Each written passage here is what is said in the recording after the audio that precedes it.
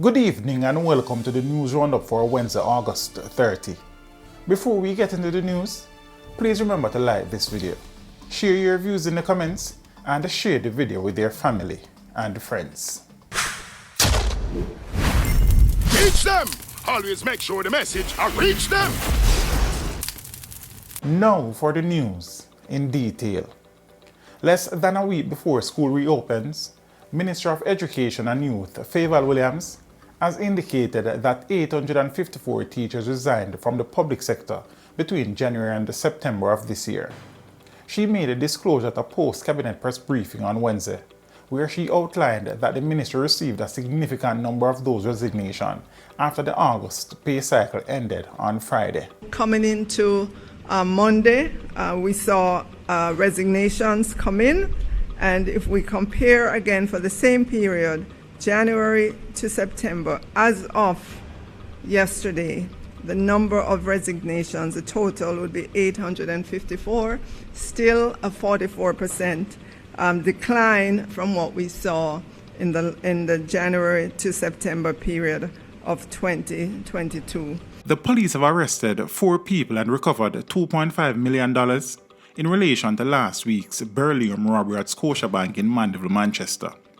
This was disclosed by Deputy Commissioner of Police in charge of crime and security, Fitz Bailey, at a press conference this afternoon. I know the nation's attention is now focused on the incident that occurred on Friday in Mandeville, the attack on the beryllium workers who went to transport money from Bank of Nova Scotia, and that attack which has caught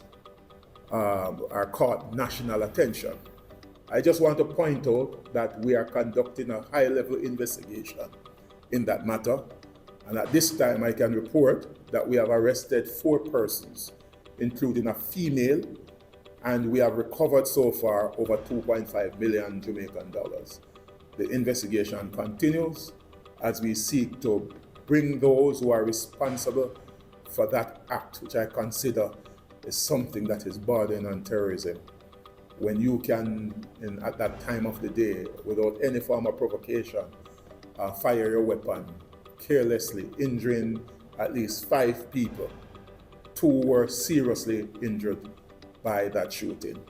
But we commit, as an organization, the JCF commit ourselves to ensure that this matter is properly investigated, and all those persons who are responsible will be brought to justice. I am confident that it will be done. 17-year-old Alicia King was flown to the United States for surgery on Tuesday evening after she was doused with gas and set ablaze last Thursday, allegedly by her ex-boyfriend in Lindsay, St. Catherine.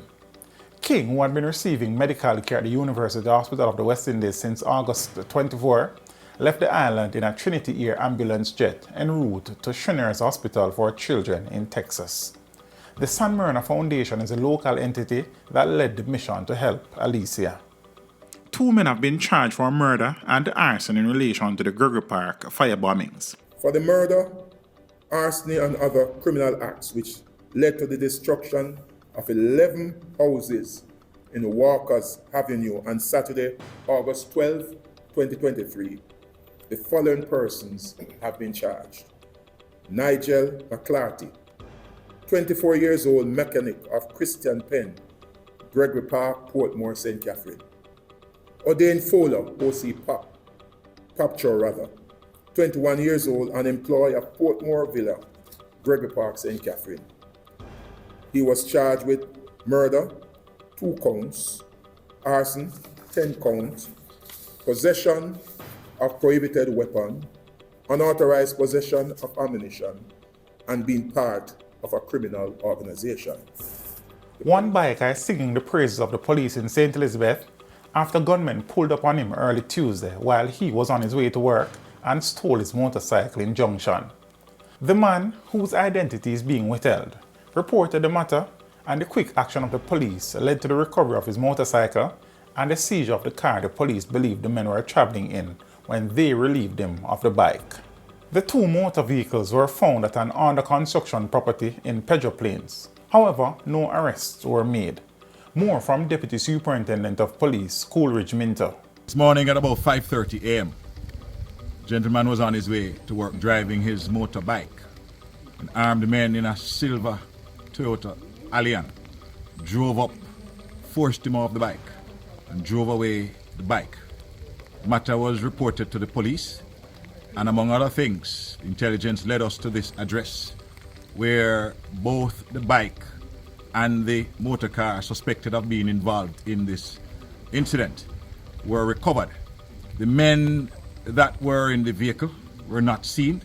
The premises is an building that is undergoing construction. We continue to appeal to the citizens to report the matters as quick as possible to the police. And I want to say thanks to the cooperation of the citizens who assisted us in the recovery of this matter. And we continue to work with our partners to ensure that we can keep the parish a safe place. I want to say thanks again to the PJ Police who come and make a quick response on what happened. This man was driven down by some gunmen, and I'm glad I called by the station and get through, so thanks very much to the police. Respect and thanks again. The St. Ann police have launched an investigation into the fatal shooting of 2 men and the injury of a woman on Tuesday night. The deceased has been identified as 39-year-old chef Jawarda Whitelock and the 27-year-old Ackerman Reed, otherwise called Olderhead, both of Damhead in Steertown, St. Ann. Reports are that about 10:30 p.m., both men were among a group of people having drinks in the town centre when a car drove up and the occupants alighted with guns and opened fire. When the shooting subsided, checks revealed that Whitelock, Reed and the woman were shot and injured. They were taken to hospital where Whitelock and Reed succumbed to their injuries and the woman was treated and admitted. No motive has since been established for the shooting. The Hanover police are still searching for 2 gunmen who kidnapped a female call center supervisor at her home in Hopewell, Hanover on Monday morning and later demanded ransom amounting to over $1 million for her release. The 25-year-old female victim was safely reunited with her relatives shortly after the ransom was paid. Reports are that about 8 a.m. on Monday, the female and her boyfriend, who resides at an apartment located at Little Orchard Crescent in Hopewell, were at home when 2 men armed with handguns forced their way inside the house. The men held the couple at gunpoint before abducting the female and instructed the boyfriend that they wanted a ransom for her release. The gunmen drove from the scene, and late Monday afternoon, after they received the ransom payment, they dropped off their hostage at a location in Montego Bay. 42-year-old Samuel Thompson, a painter of Pedro District in St. Catherine, has been missing since Monday, August 28. He is of dark complexion, slim build, and is about 196 centimeters or 6 feet 5 inches tall. Reports from the Spanish Town police are that Thompson was last seen about 9:30 a.m. wearing a plaid shirt and a pair of blue jeans. The police did not say where he was last seen. However, all efforts to contact him have proven futile. Anyone knowing the whereabouts of Samuel Thompson is asked to contact the Spanish Town police at 876-984-2305, the police 119 emergency number, or the nearest police station. The Independent Commission of Investigations, INDECOM, is probing the shooting death of an unidentified man by an off-duty police officer at Port Kaiser in Manchester on Tuesday. INDECOM says the police have reported that the concerned officer and a woman were at the beach when the policeman was approached by a man with a gun who demanded his bag. It is alleged that the man fired in the direction of the policeman, who subsequently discharged his firearm at the man. INDECOM says a chrome firearm without serial numbers was reported as recovered from the incident scene.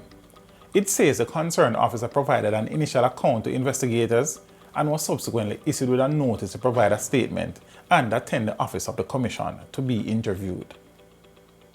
52-year-old Michael Grant of a Red Ground Negril address died after being stabbed about 6:30 on Thursday morning. His 50-year-old brother has been listed as a suspect in the case. It is reported that the siblings were involved in a dispute that became physical. When Grant was stabbed in the chest, he later died at the hospital. His brother is being sought for questioning. A St. Mary man who is out on bail for breaching the Firearms Act was on Monday charged after allegedly being held with a loaded gun during a traffic stop in Trelawney. charged with possession of a prohibited weapon and unauthorized possession of ammunition, is 24-year-old construction worker Neil Walters of Charlestown. The Falmouth police report that about 9:40 p.m., a team of cops was conducting a vehicular checkpoint operation along the Saltmarsh Main Road when they signaled the driver of a Toyota Isis motorcar to stop, and he complied.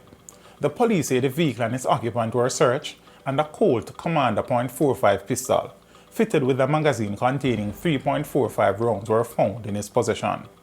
An investigation later revealed that Walters was out on bail for similar breaches of the Firearms Act. He was subsequently charged. A U.S. national was arrested on Monday at the Sangsa International Airport in St. James after a quantity of ammunition was found in his knapsack. 25-year-old Kamal Watt, a software engineer of Wilbert Street in the United States, is charged with unauthorized possession of ammunition. Reports from the Montego Bay police said that about 8:15 a.m., Watt arrived in Jamaica, and while at the security point, his bag was scanned and anomalies detected. A search was conducted and a box containing 29mm rounds was found. Watt was subsequently arrested and charged. In business, Jamaica and Canada have signed a reciprocal recognition agreement to enable seafarers from both countries to work on ships sailing under the Jamaican or Canadian flags. The agreement was signed recently at the London headquarters of the International Maritime Organization by the Director General of the Maritime Authority of Jamaica, Rear Admiral Peter Brady, and the Director General of Maritime Safety and Security at Transport Canada, Joanna Manja. Rear Admiral Brady says the agreement is crucial as Jamaican seafarers get the opportunity to work on Canadian ships and be paid decent wages. Jamaica has undertakings for the recognition of certification under the convention with 22 countries. In sports, Sunshine Girl Latanya Wilson is grateful for the support she has received since a fire on Rum Lane in downtown Kingston left her and more than a dozen family members out of a home. Since then, a number of organizations have come out to offer support in different ways. On Sunday, the Mount Pleasant Football Academy Foundation joined the list of well-wishers looking to assist Wilson. The Sunshine Girl defender lost almost everything in the blaze, including her Netball World Cup bronze medal won in South Africa last month, her Commonwealth Games silver medal, and the Super Netball League winners medal she earned with Adelaide Thunderbirds last season. According to Wilson, despite the heavy loss, the outpouring of support she received since the incident reminded her how much she is loved. And on the entertainment scene, 29-year-old dancehall artist Stephanie Williams, otherwise called Medic, of Mayfair Red Hills in St. Andrew, is still missing. She is of brown complexion and is about 5 feet 7 inches tall. Reports from the Constant Spring Police state that Williams left home sometime on Thursday afternoon on August 24 and has not been seen since. At the time, she was wearing a black blouse, black tights, and a pair of black shoes. The police say all attempts to contact her have failed. Anyone knowing the whereabouts of Stephanie Williams is asked to contact the Constant Spring Police at 876-924-1421, the Police 119 emergency number, or the nearest police station. And that is it for your news roundup for today. We would appreciate you liking this video, leaving a comment, and sharing the video with their family and friends. Have a good evening, and see you next time.